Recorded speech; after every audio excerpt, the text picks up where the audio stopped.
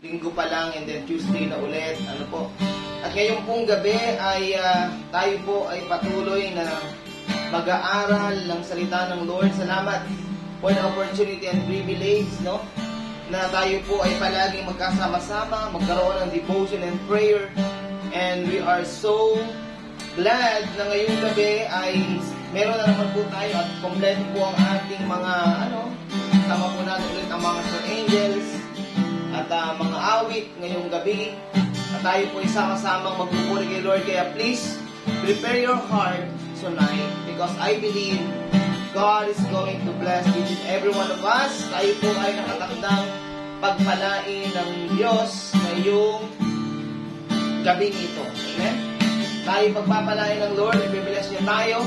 At naniniwala po ako na kung ano sinabi ng kanyang salita, iyon ang kanyang gagawin. Sapagkat ang sabi ng salita ng Lord, 2 o 3 na magkatipon sa kanyang pangalan, duroon siya sa ating kalagitnaan. At alawan po ang kanilang pag-agrihan ay pagkakaroon ng Diyos. Amen? Iyan po ay salita ng Diyos.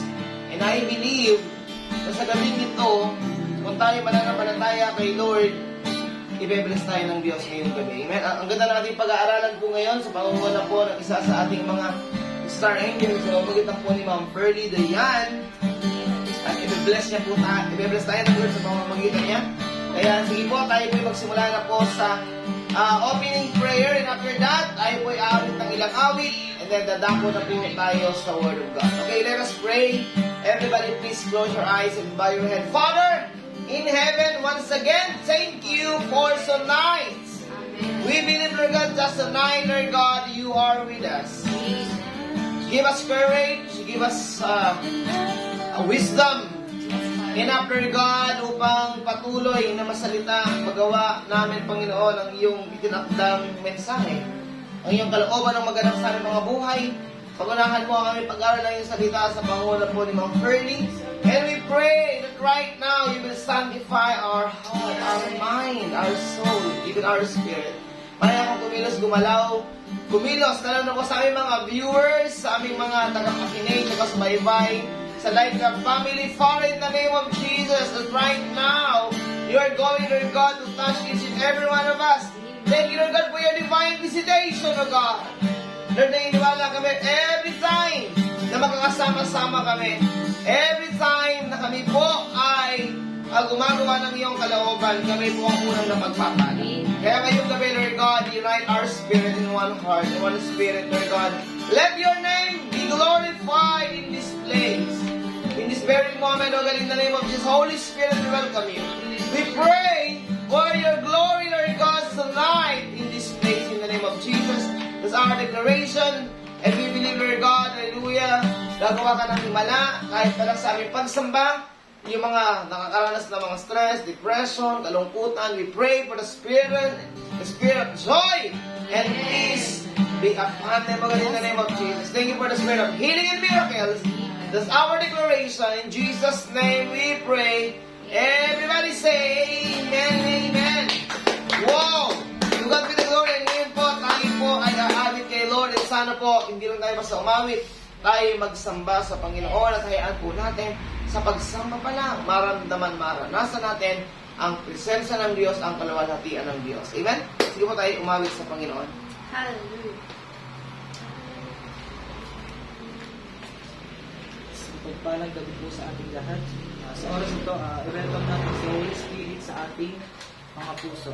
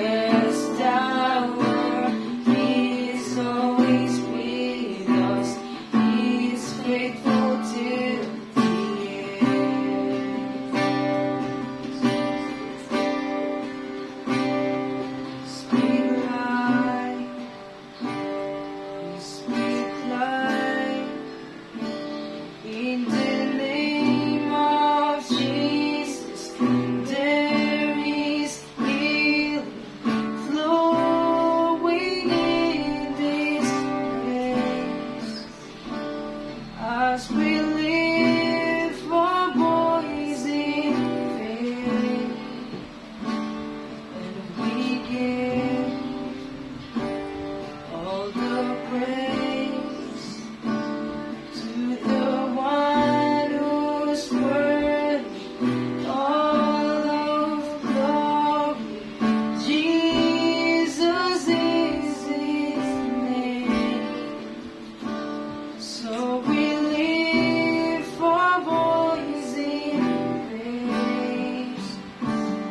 We speak life, we speak life in the name of Jesus. There is healing flowing in this place. As we lift our voice in faith, and we gain all the praise to the one who's worthy of glory. Jesus is his name. So we lift our voice in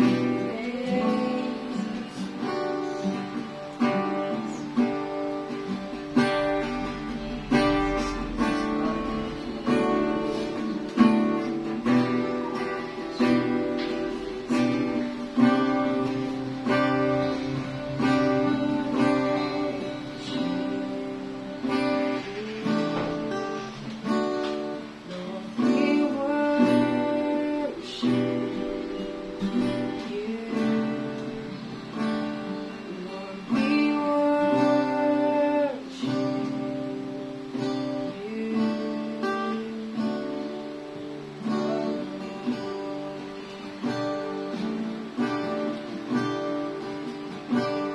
I just want to know your heart. So all I do, I just want to stand in awe and pour my love on you, no matter how much it costs. Really give it all to you.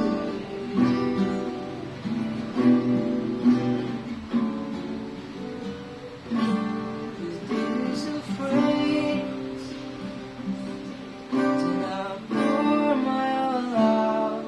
'Cause this is a life laid down. And here I give my vows. 'Cause this is a song I sing. And here's every melody. Just tell me what moves you.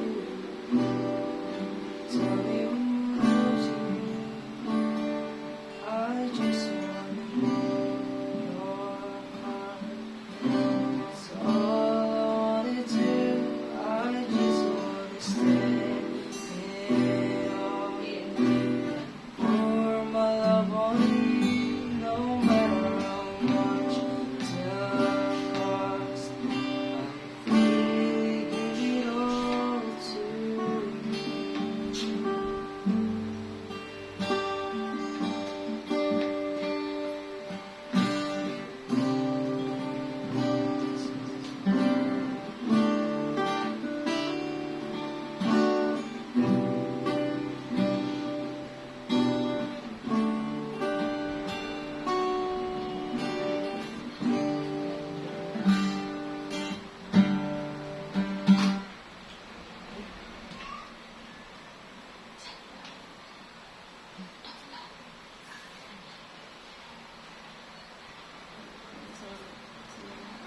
Wow! Isang mapagpalang gabi po sa ating lahat. Yan.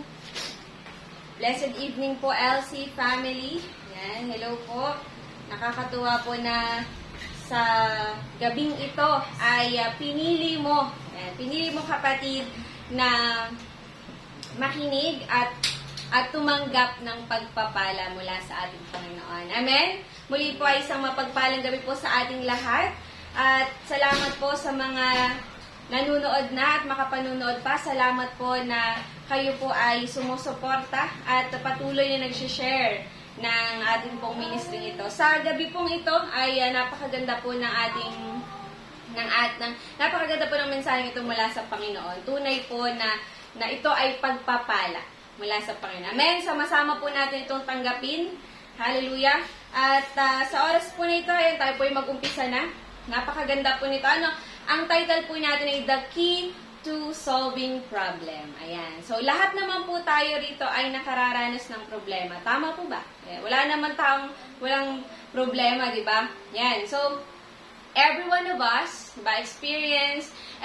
experiences problems and challenges. Tama yung tipong parati tayong nananalangin, di ba? Yung tipong nananalangin tayo ng walang humpay, di ba? Praying without ceasing, di ba? Nananalangin tayo for breakthroughs, nananalangin tayo for healing, ayan, di ba? Walang tigil ka sa pananalangin araw at gabi, di ba? Araw at gabi kang nananalangin for healing, for your finances, promotion, yan, sa trabaho, at nananalangin tayo patuloy sa ating mga pangarap o kaya ay sa ating mga goal, di ba? Yung dreams natin minsan ay parang imposible, di ba? Pero, di ba, kahit sa kabila ng patuloy nating pananalangin at pananampalataya, paniniwala na tutugunin ito ng Diyos, minsan parang naisip natin, bakit kaya parang wala namang nangyayari? Di ba? Nothing is changing. Diba? We keep on praying, believing, but nothing's changing. At sabi nga dito, sometimes, diba, parang walang nangyayari o parang walang nagbabago. It's because God won't allow you to solve your problem on your own. Amen? Hindi hayaan ng Panginoon na solusyonan mo diba, sa sarili mong kakayanan, sa sarili mong lakas yung problema mo. Diba? But God wants you to solve your problem with Him, di ba? Hindi lang on your own strength, di ba? So, the key, yun yung ating title, di ba? Yung susi kung paano natin masusolusyonan, mapagtatagumpayan yung ating problems and challenges. So, sabi dito, the key is you need to help someone else solve his own problem, di ba? Parang it's ironical, di ba?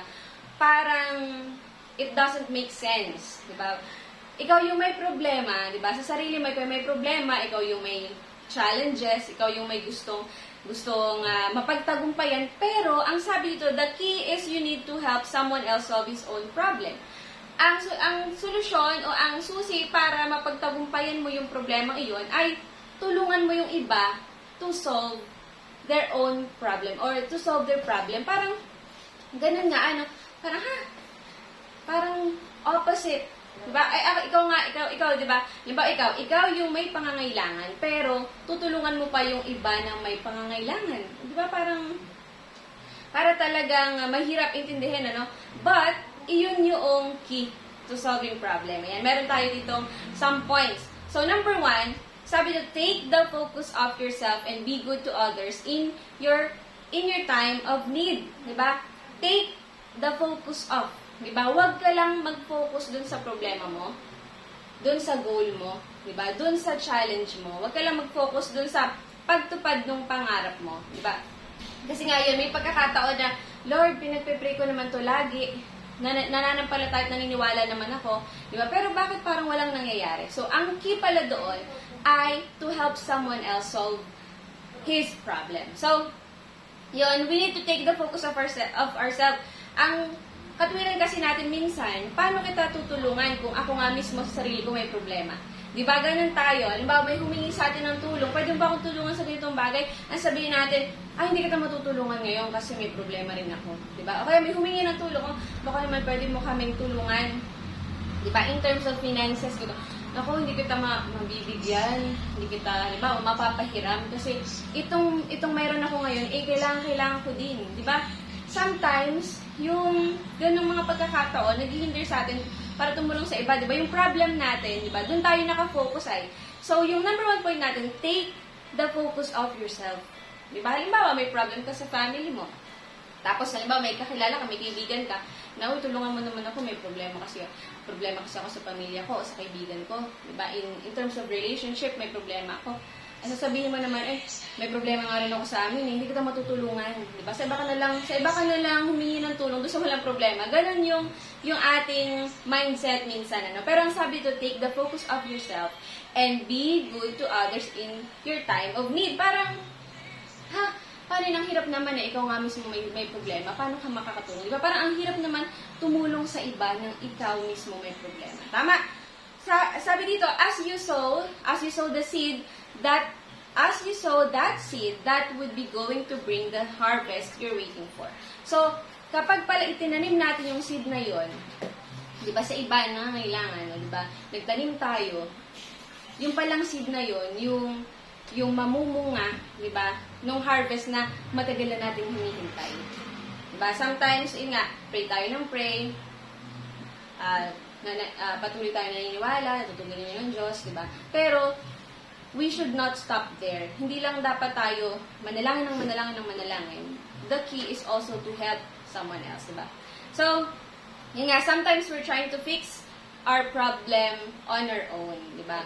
Ay, hindi kita matutulungan dyan kasi may problema pa ako. Kailangan ko muna tong ayusin. Ayusin ko muna to. So, kapag pala ganun, yun nga, yun yung nagiging sistema natin, na masyado tayong nakafocus na sa problem natin. Diba? So, we need to take our hands off our problem and be good to someone else. And God will put His hands on ours and make things happen that you couldn't make happen. Diba? So, kailangan nating alisin muna yung kamay natin sa problema yun. Okay? Hands off. Diba? Hands off muna.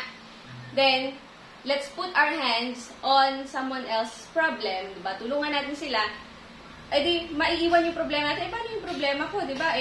Kung tutulungan ko itong kaibigan ko, itong kapatid ko ito sa problema niya, paano mo yung problema ko, diba? Let it be solved by God. Amen? Wow, diba? Parang mahirap yun. May problema pa ako, diba? Pero yung palang ganong mindset natin, natutulungan natin yung iba, kahit may problema pa tayo, we are letting God to solve our problem. God will put His hands on our problem. Wow, diba? Parang lalo na yun, in terms of finances, paano ko makakatulong dyan? Paano ko makakapagbigay, di ba? Kung wala nga, kailangan ko din kasi ito. Ito kasi nakabudget na para dito Dito sa problema kong ito, dito sa kailangan kong bayaran, o kung ano pa man, di ba? So, ganun tayo. But as we give it away, God will give us more. Wow, amen?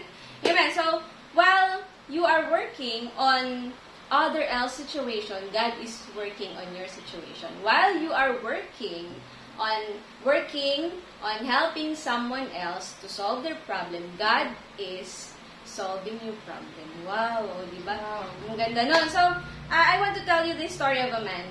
So, this man doesn't have good relationship with his son.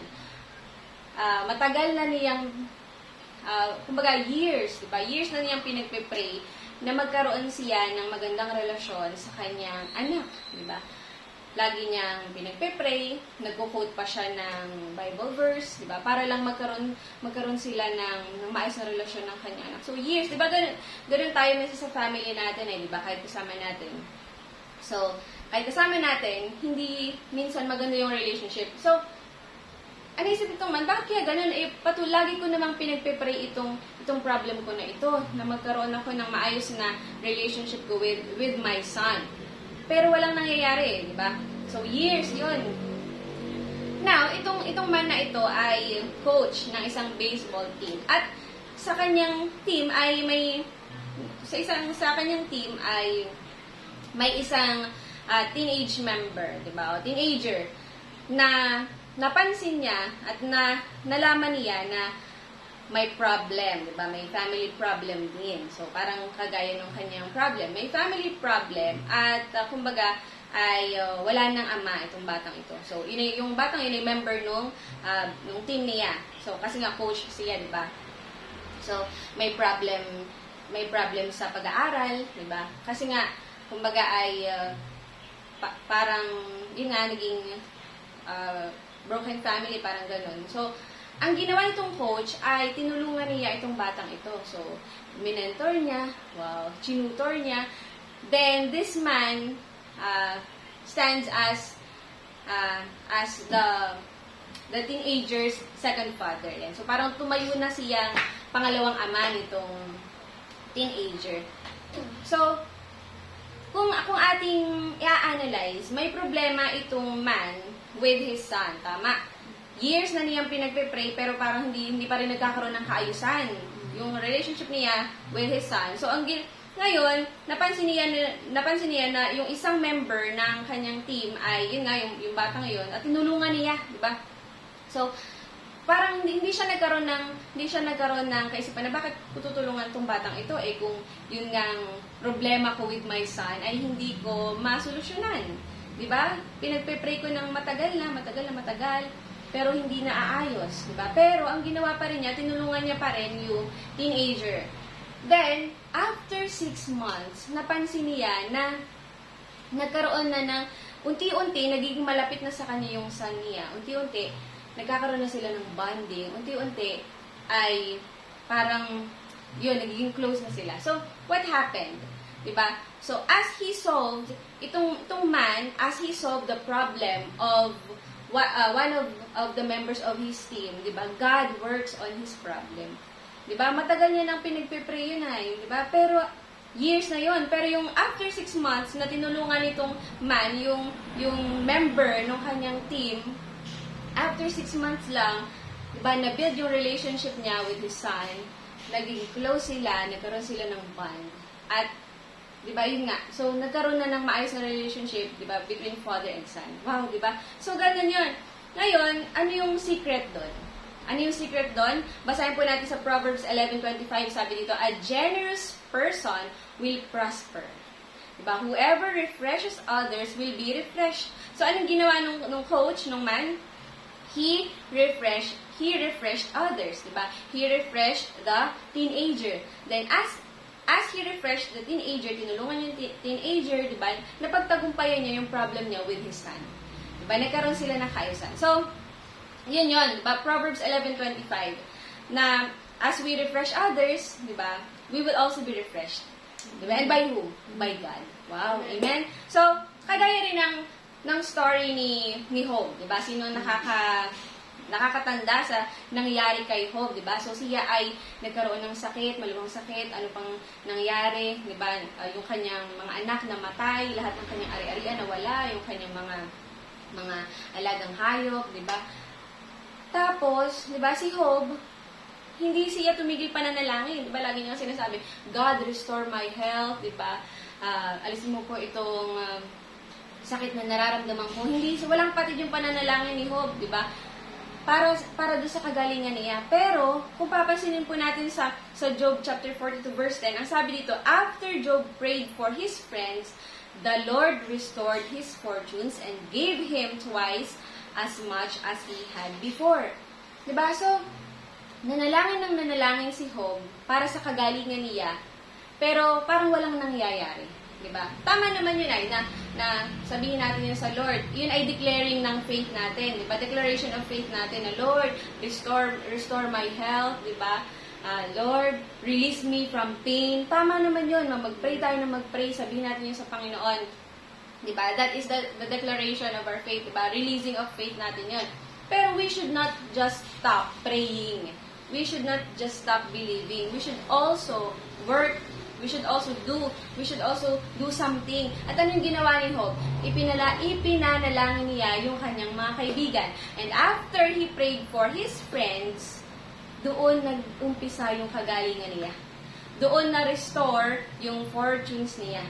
At hindi lang basta siya gumaling, hindi lang siya basta na-restore, hindi lang basta na-restore yung kanyang yung ari-arian niya, yung fortunes niya, but God gave him twice. Twice as much as he had before. Doble pa kung ano yung meron siya dati. So, ganun din pala tayo. Kasi, nagalit ang Diyos noon sa tatlong kaibigan ni Job kasi hindi nila sinabi yung katotohanan kay Job. So, nagalit ang Panginoon, ang Diyos, at sabi nila, di ba, ipapanalangin kayo ni Job at doon ko kayo patatawarin. So, yun ang ginawa, di ba? So, sabi dito, pagkatapos maipanalangin ni Job ang kanyang mga kaibigan, muli siyang pinaunlad ng Panginoon at dinoble pa niya ang dating kayamanan ni Job. Wow. So, ganun din. Diba? So, anong gagawin natin? Diba? Look for someone else who needed our prayers. Diba? Kapag tayo pala may problema, diba? Halimbawa, may problema tayo sa ating health, may problema tayo in our finances, tayo ay nadi-discourage, halimbawa, nanghihina tayo, may challenges tayo pinagdaraanan, ang perfect opportunity pala na para mapagtagumpayan natin yun, when we are in need, we also need to look around, diba? To look around and diba? Pray for other else, diba? Pray for someone else, pray for our neighbors, diba? Encourage them, then we will also be encouraged, diba? We will also be restored, we will also be healed by God. Amen? So yun nga, we shouldn't just stop in praying and believing, we should also look around and, diba, find that opportunity whenever we are in need. Amen? So there are times na yung breakthrough natin ay connected sa pagtulong sa iba to have their breakthrough.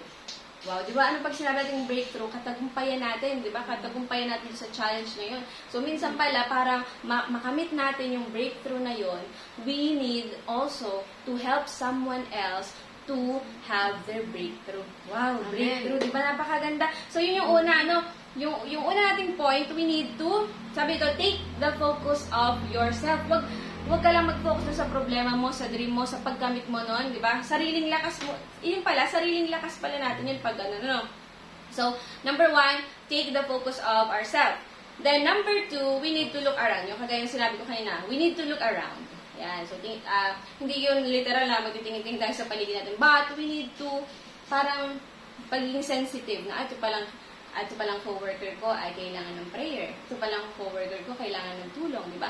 Minsan kasi, ang nangyari sa atin ba't ko tutulungan yan? Hindi pa ako tapos dito sa problema ko. Paano ko matutulungan yan? Meron pa rin akong accomplishments na kailangan kong ma-meet, di ba? So, where is a need you can meet? Ganun pala kailangan ganun pala dapat yung ating mindset, where is a need you can meet, di ba? Ano ba yung maitulong ko, di ba? Ano ba maitulong ko dito sa aking family member? Ano maitulong ko dito sa aking coworker, sa aking friend, di ba? So, pwede yun, pray for a neighbor who's not feeling well, di ba? So, kahit ikaw, you're not feeling well, you may pray for a neighbor who is also not feeling well. Di ba parang mahirap yun? Ikaw nga mismo ay not feeling well ka. Ikaw nga mismo ay parang nanghihina ka. Paano pa kita ipagpe-pray, di ba? Pero, ganun pala yun, di ba? Once you prayed for that friend, for that neighbor, God will restore you. Amen. Wow, amen. So, ano pa? Yun pwedeng you can pray for your neighbor, you can pray for your coworker, di ba, na talagang not feeling well. And, encourage a coworker, di ba? When that coworker is really struggling, di ba, encourage mo, sige, kaya mo yan, di ba? Kasi i-discourage mo na, ay, oo nga, napakahirap. Ako din, ganyan din ako. Di ba? Parang mas nakakapagod, mas nakaka-discourage nga, ako din, ganyan din ako, sorry ha, hindi kita matutulungan dyan, hindi pa rin kasi ako tapos, o ganyan. Di ba? Parang ironical talaga na ikaw kailangan mo ng tulong, pero ikaw pa yung magbibigay ng tulong. Di ba? Kasi once you release that, God will give you more. Wow, grabe, ang ganda. So, help a friend accomplish their dreams, di ba?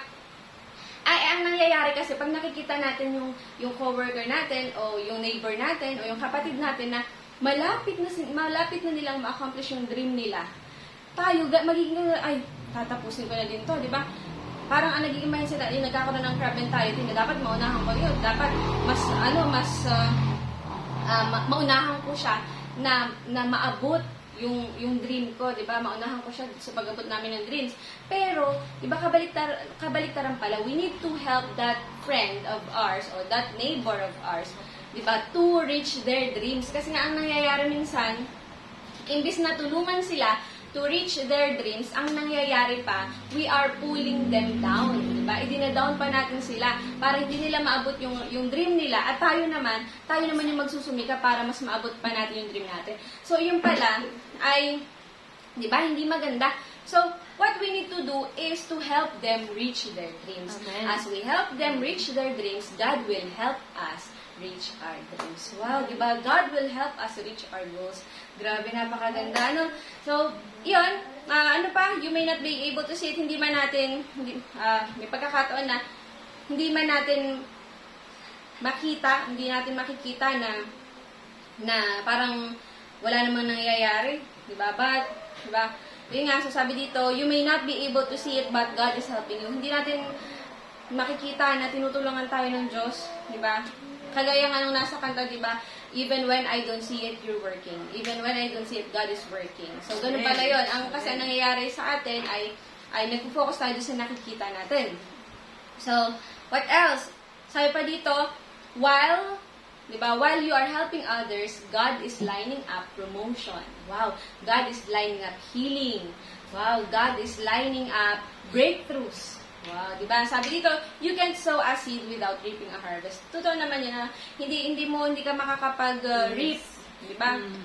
Ng harvest kung wala kang tatanim. So, you need to sow, di ba? At yung palang simpleng ganun nga, pag pray natin dun sa ating mga neighbors na not feeling well, pag-encourage natin dun sa ating co-workers na struggling,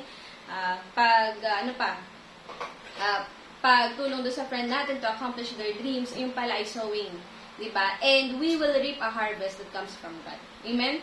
Wow, diba? So, yun. First one, we need to take off the focus of ourselves. And number 2, look around. And yun. So, another example dito ay sa 2 Corinthians chapter 8, verses 1 to 5. So, ang nangyari dito, napakaganda pong story ito nung kay Paul na nung panahon iyon ay nakaranas sila ng matinding taghirap. Yan. So, basahin ko po So, in 2 Corinthians chapter 8, verses 1 to 5, sabi ito, ngayon mga kapatid, nais kong malaman ninyo ang ginawa ng mga iglesia sa Macedonia dahil sa biyaya ng Diyos sa kanila. Verse 2, kahit na dumaranas sila ng maraming pagsubok, masayang-masaya pa rin sila. Wow, di ba? Sana all na, di ba? Sana lahat ng dumaranas ng pagsubok ay masaya pa rin. Ayan, tignan mo nga yung katabi mo, kung masaya yan, di ba? Masayang-masaya kahit nakakaranas ng pagsubok. Minsan ay, di ba, pag talaga tayo nakakaranas ng pagsubok, talagang lugmok na. Pero yung mga taga Macedonia, yung mga kapatid dun ni Paul sa pananampalataya sa Macedonia, kahit dumaranas ng matinding pagsubok, maraming pagsubok, masayang-masaya pa. At sabi dito, kaya nga naging lubos silang mapagbigay sa kabila ng kanilang matinding kahirapan, no? 'Di ba? Parang talagang opposite of what we expect. Na paano ka pa makakapagbigay kung nakakaranas ka ng kahirapan, 'di ba? So, verse 3, makapagpapatuto ako sa inyo na kusang loob silang nagbigay at higit pa nga sa kanilang makakaya. Sapagkat sila na mismo ang paulit-ulit na nakiusap sa amin na bigyan sila ng pagkakataong makatulong sa mahirap na mga mananampalataya. So, si Paul dito ay, kung titignan natin, parang, kumbaga, parang isipin natin, alam naman ni Paul na itong Macedonian church ay mahirap, bakit hihingan pa niya ng tulong? Pero sa kabilang banda, si Paul po ay matalinong leader. Kasi alam ni Paul na kapag yung Macedonian church ay nagbigay pa, mas i-bless pa yan. Di ba it is blessed, di ba? It is more blessed, diba, to give than to receive. So, ganun yung mindset ni Paul, na alam niya na kapag itong Macedonian church ay nagbigay pa, mas i-bless pa ito. Kaya hindi niya sinabi, wag na kayong magbigay kasi alam ko naman na walang-wala din kayo. Diba? Hindi. Hinayaan ni Paul, sige, magbigay kayo kasi mas bibigyan kayo ng Lord. Ganun yung mindset niya. So, napakaganda po itong kwento nito nung nangyari sa mga taga-Macedonian church. So, yun, when you help somebody else problem, God will solve your problem. Diba? Or God will help you solve your problem. Ganun yung nangyari. So, ganun din pala tayo, na kahit tayo yung nakakaranas ng pagsubok, kahit tayo nakakaranas ng problema, ay we still need to help others. Parang mahirap talaga yung sitwasyon natin hindi ko nga masolusyonan yung problema ko paano pa kita tutulungan? Pero opposite of what we think, we need to release, diba? Release blessing to others. So, yan, basahin po natin, sabi nga sa Proverbs, it is possible to give away and have more. It is possible to hold on to tightly and lose everything. Diba? Possible to give away. Diba? Once we give away that blessing, diba? Resources, talent, skills, ano pa man yan na i-release mo, you will have more. Wow, diba? And once you keep it too tightly, ayaw mong i-release yan, wala kang ma-receive. Diba? Kung iyan nga ayaw mong i-release, diba? Sometimes, yun nga ang nangyayari, diba? When we hold on too tightly, we will lose that. Diba? So, release it. Diba? Yung blessing na yan sa'yo, release it to others. Minsan, nahihirapan tayo i-release it. Kasi ang mindset natin, ayoko itong i-release kasi kailangan ko ito. Pasensya ka na kapatid, hindi kita matutulungan. Diba? Ito, kailangan ko rin kasi ito. Ganun yun tayo eh. But, diba, the more we give away, the more we receive. Amen? Amen. So, bakit ganun ang mindset kasi natin ganun nga, hindi kita matutulungan kapatid kasi may problema din ako. Talagang kumbaga, ang nangyayari sa atin kapag may problema tayo, may pagsusubok tayo, 'di ba? Sometimes we isolate, 'di ba? Kumbaga, talagang tayo ay nalulugmok, 'di ba? Nagmumukmok, ayan. 'Di ba? Pero kaya ngayon God's ways are not our ways, and diba, His thoughts are not our thoughts, diba? Higher than our thoughts. Amen. So, ganun pala yun. Naiisip natin once we give it away, mas mawawalan tayo. Pero once we give it away pala, we will have more. Amen. Yun yung thought ng ating Diyos. Amen. So, helping others will cause that problem to turn around. Amen. So, yung pagtulong natin sa kapwa natin, that will help our problem to turn around. So, halimbawa, may problema ka sa pamilya mo. Kagaya ng kwento kanina, may problema with when it comes to relationship with his son.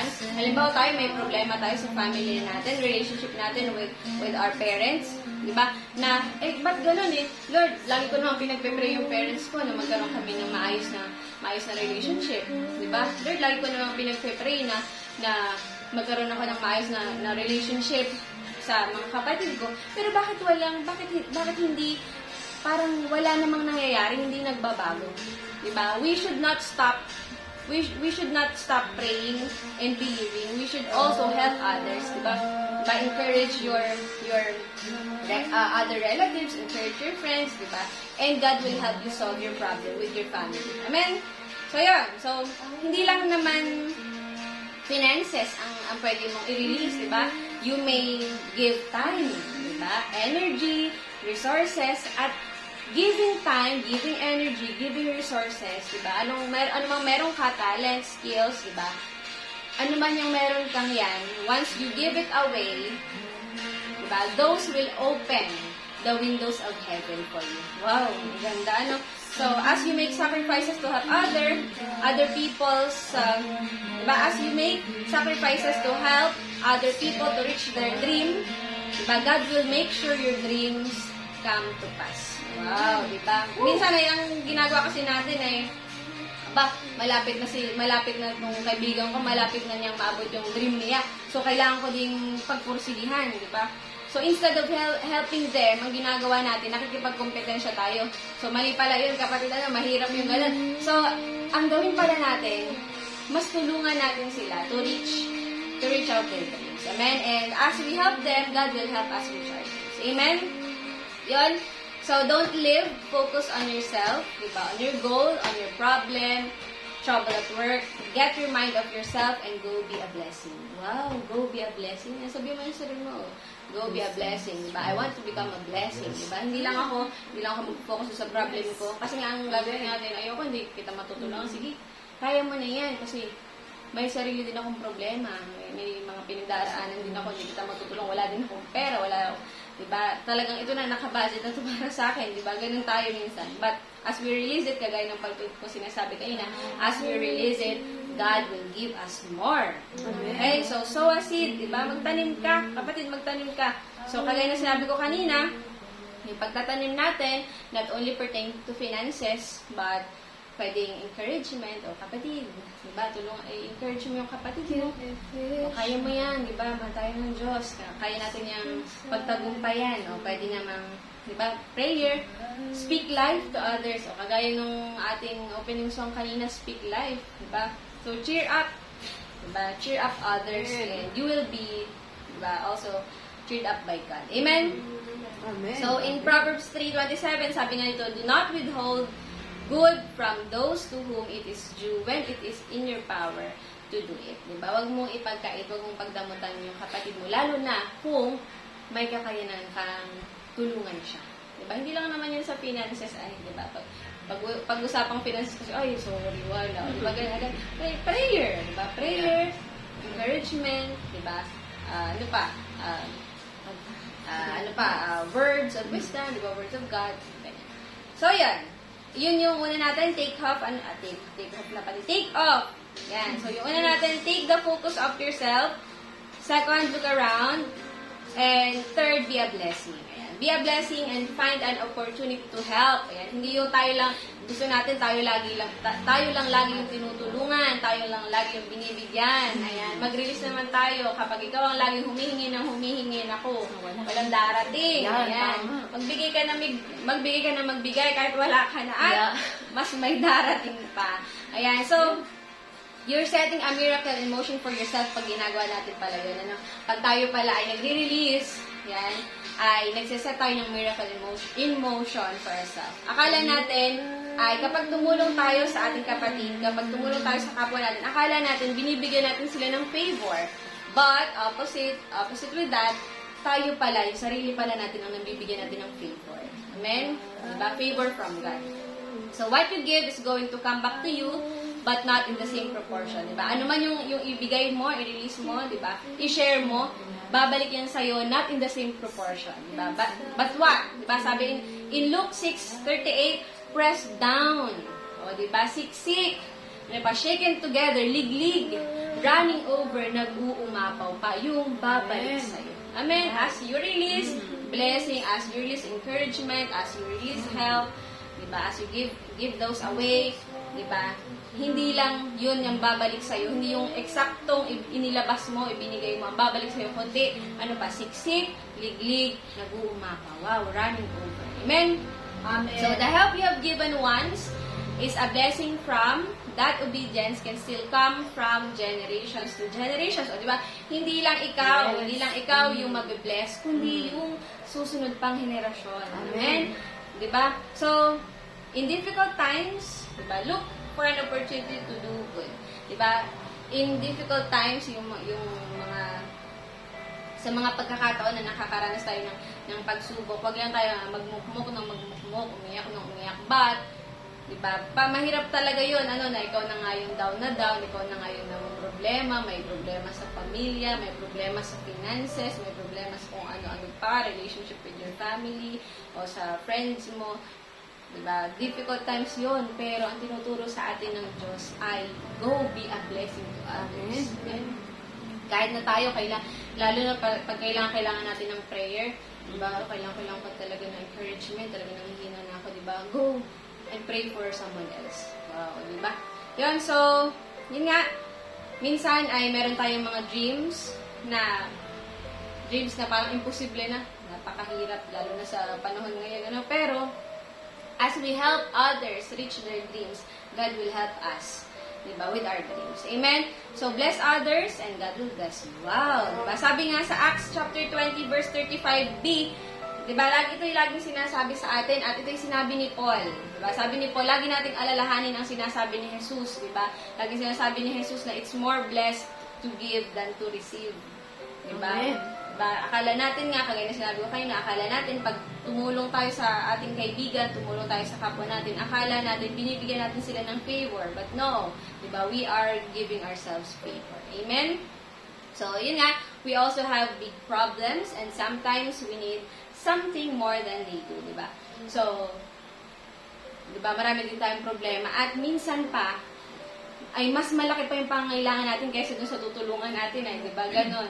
But, sabi nga, let's not withhold good when we have the opportunity to help. Diba? Kahit pa sabihin na mas malaking pangangailangan natin kaysa dyan. Diba? Kaysa dyan sa kapwa natin, kaysa dyan sa kaibigan natin. Let's not withhold good. Amen? So, you may give your talents, resources, skills, energy, and you will never end up less. Wow, hindi ka mawawalan, di ba? kahit yung binigay mong yan ay simpleng, di ba, prayer, simpleng, di ba, skill mo, di ba, sa trabaho mo, di ba, yun nga minsan naisip ko ay, di ba, na minsan kapag tayo talagang sobrang busy, tapos may humihingi sa atin, pasuloy mo nito, yak, may ginagawa pa, di ba, ganyan tayo, hindi pa nga ako tapos, bakit tutulungan kita, di ba? Parang minsan ang nagiging tingin natin ay storbo, di ba? Minsan ang tinitignan natin yun as ano nga tawag doon kasagabalan, minsan nakakaabala, ganun. Pero as we share our skills, di ba? We will never end up less. Wow. Amen?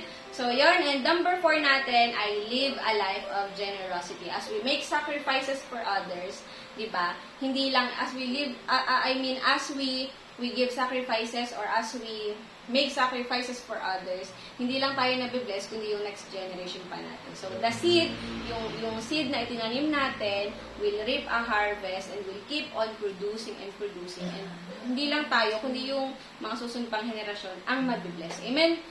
Kagaya ng nangyari sa 2 Kings chapter 19 verse 34 nang ang Jerusalem ay pinamumunuan ni King Hezekiah that time ay 'di ba sinabi ito ni Prophet Isaiah, sabi niya dito, ito ang sabi ng Diyos, I will defend this city and save it for my sake and for the sake of David my servant, 'di ba? So si Hezekiah galing siya dun sa bloodline ni David, 'di ba? Pero dahil 'di ba hindi kalilimutan ng Diyos yung mga ginawa mong pagtulong. Hindi kakalimutan ng Diyos yung mga ginawa mong pagsunod sa kanya. Kagaya ng nangyari kay David, 'di ba? Hindi kinalimutan ng Diyos yung mga ginawa ni David. Kaya ang sabi niya dito sa 2 Kings, I will defend this city and save it for my sake and for the sake of David, my servant. So ganun din tayo, 'di ba? 'Di ba? Pwedeng sabihin ng Diyos sa mga sa yung children's children, 'di ba? O dahil 'di ba, for the sake of for my sake and for the sake of Laika, my faithful servant, I will bless you. Wow. Diba? For the sake of Exian, Yes. dahil si Exian ay nagtanim, 'di ba? I-bless ko. Ay Exi-Joy, ayan, Exi-Joy. Ay i-bless ang henerasyon ninyo. Ayan, o 'di ba? O kaya naman dahil sa faithfulness ni Mary Rose, ay hindi lang ang pamilya ni Mary Rose ang aking bless, kundi ang mga susunod pang henerasyon. Yes. Ganun yun, di ba? So, live a life of generosity, di ba? Huwag nating ipagdamot ang kakayanang meron tayo, di ba? Para sa iba. Amen? So, kung naalala niyo po yung story ni Joseph, di ba? Si Joseph na mapanaginipin, di ba? Napanaginipan na yan na siya magiging great. Pero nagkaroon siya ng problema. Paano masasakatuparan yung kanyang panaginip na si magiging great kung si ibinenta ng kanyang mga kapatid. Diba? Binenta siya ng mga kapatid niya. So, paano pa ako magiging great kung ako ibinenta? Ano pang nangyari kay Joseph? Nakulong. Diba? Pero, diba, yun yung problem ni Joseph. Paano magkakaroon ng katuparan yung kanyang dream? So, diba, nung siya sa kulungan, meron siyang cellmates, di ba, na naginip at di ba si Joseph, ang kakayanan niya ay magpaliwanag ng panaginip. So imbes na sabihin ni Joseph na ay hindi ko kayo matutulungan hindi ko kayo matutulungan maipaliwanag, hindi ko mapapaliwanag yung panaginip ninyo kasi may problema din ako. Yung panaginip ko nga hindi nagkakaroon ng katuparan, paano pa yung panaginip ninyo? Ganun. Hindi pinagdamot ni Joseph yun, tinulungan niya pa rin yung dalawa niyang cellmates na malaman nila kung ano ibig sabihin ng panaginip na yun. Imbis na magmukmuk si Joseph, ayoko na nakakulong na nga ako, hindi ko na, yung panaginip ko na magiging great ako, hindi na magkakaroon ng katuparan kasi nakakulong ako dito, di ba? Pero no, tinulungan niya pa rin yung dalawa. So, as he helped his two cellmates, di ba? Nagkaroon ng katuparan yung kanyang panaginip dahil tinulungan niya yung dalawang yun, yung isa doon, di ba? Medyo nakalimutan siya ng mga ilang taon pero naipaalala, di ba? Sabi, may isa pong magaling at may isa pong marunong magpaliwanag ng panaginip, di ba? So anong nangyari? Naging si Joseph naging gobernador nung, di ba, dun sa lugar na yun. So, imbes na si Joseph ay, di ba, tanggihan niya, naku, hindi ko kayo matutulungan. Hindi, tumulong pa rin siya. Amen? So, he had dreams of becoming great, but he had trouble making it happen. Di ba? Trouble yun. Instead of working on his own, he helped others. Amen? So, ganun din yung gusto ng Diyos na gawin natin. Di ba? So, instead of focusing on our problems, di ba, let us become good to someone else. So, hindi siya nag-hesitate na tumulong. Amen? So, yun. So, remember, ito yung kailangan nating alalahanin. God will never forget what you've done. Hindi makakalimutan yun ng Diyos, di ba? Kahit matagal pa yan, di ba? Kahit matagal mo nang ginawa yan, hindi yan makakalimutan ng Diyos. Amen? So, He is always watching us, di ba? So, patuloy tayong mag-encourage, di ba? Mag-pray para sa bawat isa.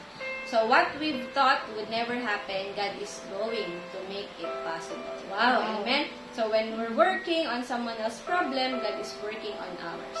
Amen? So, huwag natin ipagkait yung tulong na yun.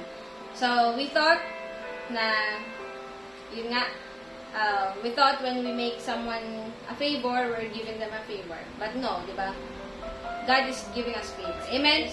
So, minsan pa, ganito pa yun once we help someone shine, diba? God will also make us shine. Diba? Tutulungan natin yung kaibigan natin na mag-shine, diba? Instead of pulling them down, diba? So, as we make them shine, God will make us shine as well. Amen? So, yun. Kagaya ng sinasabi ko kanina pa, sometimes the key to our breakthrough is helping someone else have their breakthrough. Diba? Yung pagtulong natin sila, kagaya ng sinabi sa Proverbs 11:25, diba? Ang taong mapagbigay, yan, matulungan. Ang sabi dito, pagsasatin po natin, Proverbs 11:25. Basahin po natin sa Tagalog, maganito ay. Okay, sabi dito, yan, 11:25. Yan, dito pala sa kabila. Yan. Ang taong mapagbigay ay magtatagumpay sa buhay. Wow. Ang taong tumutulong ay tiyak na tutulungan. So, ganun din tayo, ano? So, yung palang pagtulong natin dun sa ating kapwa to have their breakthrough, mapagtagumpayan nila yung challenge na yun, God will also help us, diba? To have our breakthroughs. Amen? So, review natin. First, take the focus of yourself and be good to others in your time of need. And number 2, look around. Yan, let us become sensitive. Nagpaparinig yung ating kasamahan, yung ating neighbor na kailangan nila ng tulong. Parang wala-walaan lang tayo. Ano? So, that is a perfect time and a perfect opportunity for us to help. Diba? And third, be a blessing. Find an opportunity to help. And fourth, live a life of generosity. So, now, it's time to go be a blessing. Diba? When we need someone to pray for us, diba? Let's pray for others. When we also need encouragement, let us encourage others. When we want to be cheered up, let us cheer others else. Wow, ganun pala yun ba? So, we need to sow and surely we will reap a harvest. Amen? Wow, So, amen. look around. Where is a need you can meet? So, the key to solving problem is helping other else. Amen? Amen. Wow. Sige po. Tayo po ay manalangin. Napakabuti po ng ating Diyos. Hallelujah. Sa pagkakataon na ito ay mahirap man, diba? Dumaraan tayo. Bawat isa sa atin ay may kanya-kanyang battle. Bawat isa sa atin may kanya-kanyang problema. May challenges, diba?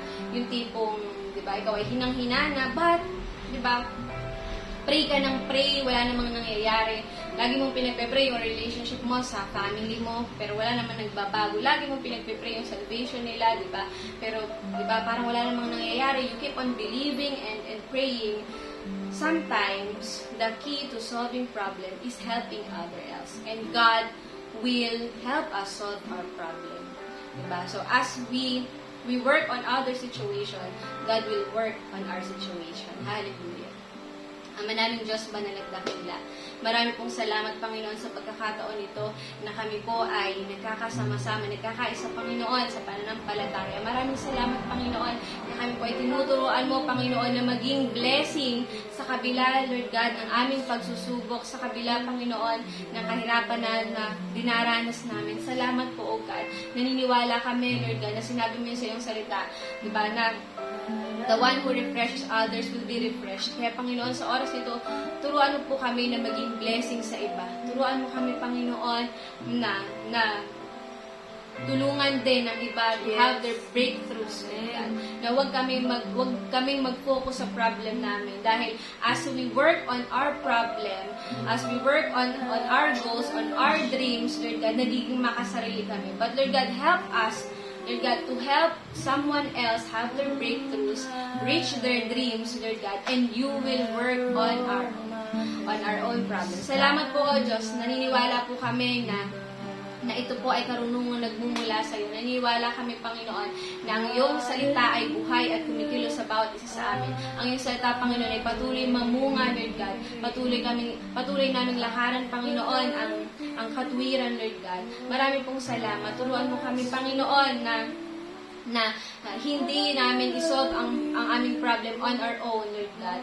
But turuan mo kami, Panginoon, na i-allow ka namin, Panginoon, na ikaw yung Lord God, ikaw yung mag-work dun sa aming problem. Salamat po, O Diyos. Naniniwala kami na kasama ka namin. Naniniwala kami na ginawa mo kami, Lord God, nilikha mo kami bilang victorious, Lord God. Naniniwala kami, O Diyos, na kami ay mananagumpay, conquerors, Lord God. Marami pong salamat, Panginoon.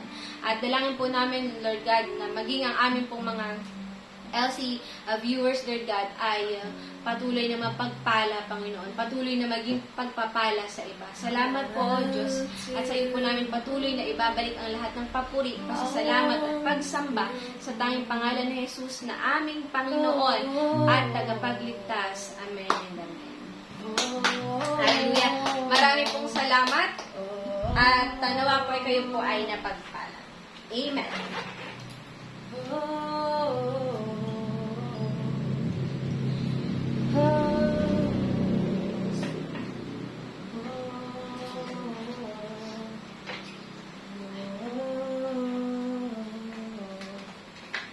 Hallelujah. Yes, thank you, Ma'am Ferdy Dayan, for for the message, of course. Isang napakagandang reminder sa ating lahat at sometimes we are too overwhelmed by our own problem and nalilimutan na po pala natin na tayo po pala tinawag din para tumulong, di ba? At mag-encourage. Minsan ay talagang overwhelmed tayo ng mga sarili nating dalahin, but huwag natin kalimutan na tayo po pala encourager. Diba? And sa maganda, lalo na sa panahon ito. And mahirap talaga, lalo na tayo maraming pinagdaraanan, but the thing is, dapat pala mas tumingin tayo lalo sa Panginoon. Hindi talaga natin kaya na sa atin lang. Amen? Let us worship the Lord. Hallelujah, hallelujah. Hallelujah, Jesus.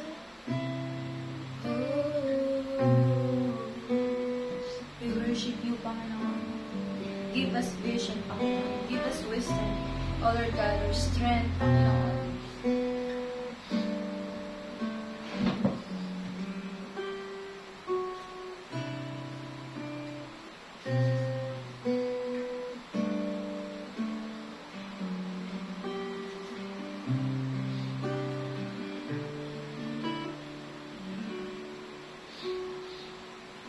God, I look to you. I won't be overwhelmed. Give me vision to see things like you do. God, I look to you. You are my help, somehow. Give me wisdom. You know just what to do, and I will love you, Lord, my strength.